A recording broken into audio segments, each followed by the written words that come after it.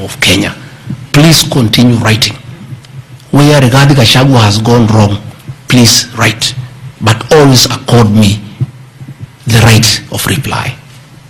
Don't condemn me unheard. And I want to thank you tonight, because you have really written accusations against me.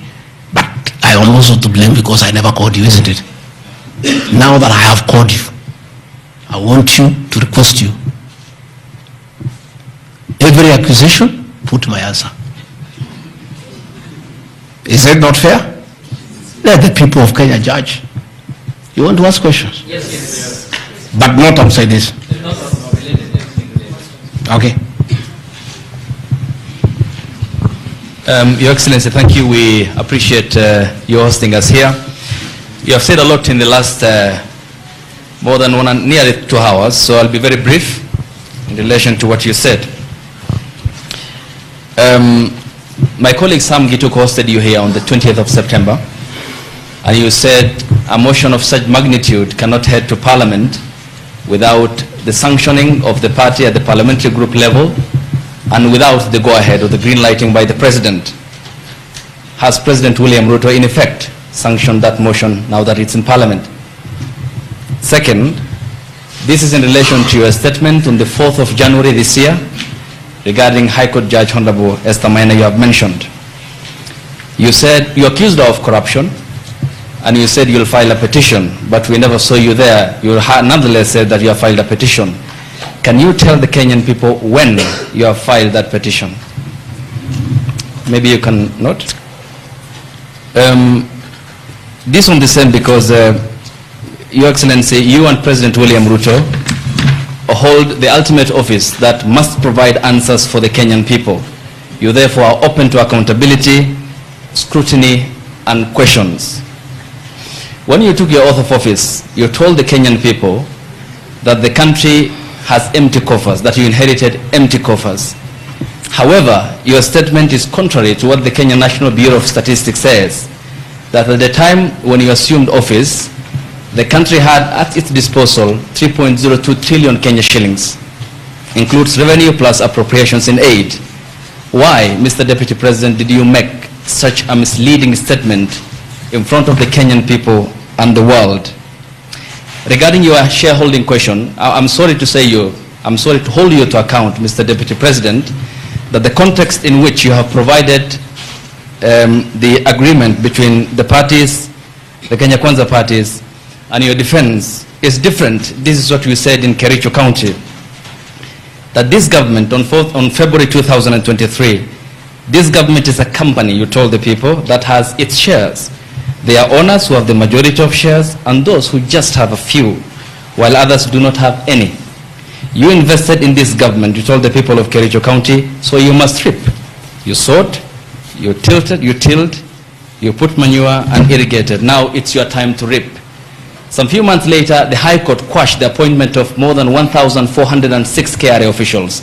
And the judgment? 700 of those officials were either from the Kalenjin or the Kikuyu community.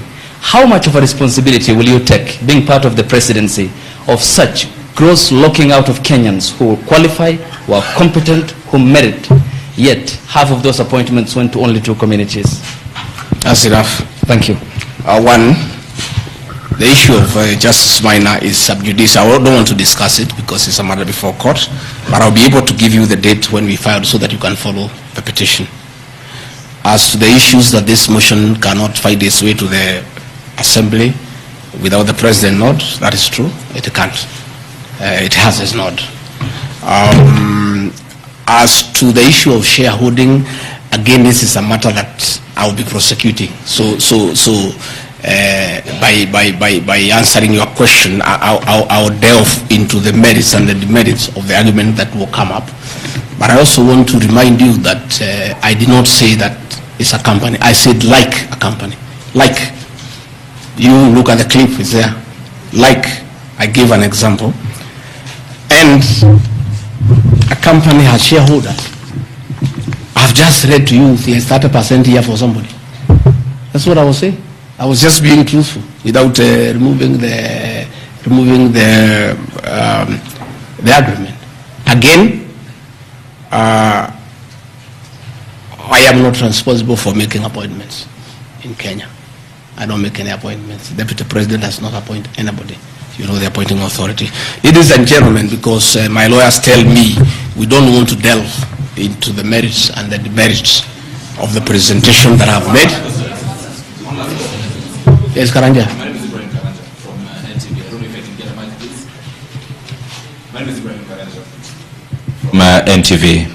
Your Excellency, when you apologized to President Uhuru Kenyatta, you said that the words used then were out of political reasons, and that's why you are apologizing.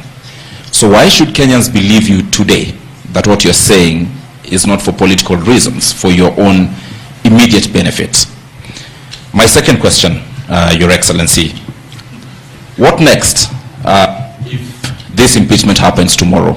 If you're impeached, what next for you? If you're not impeached, then what next in this political marriage between you and President William Ruto?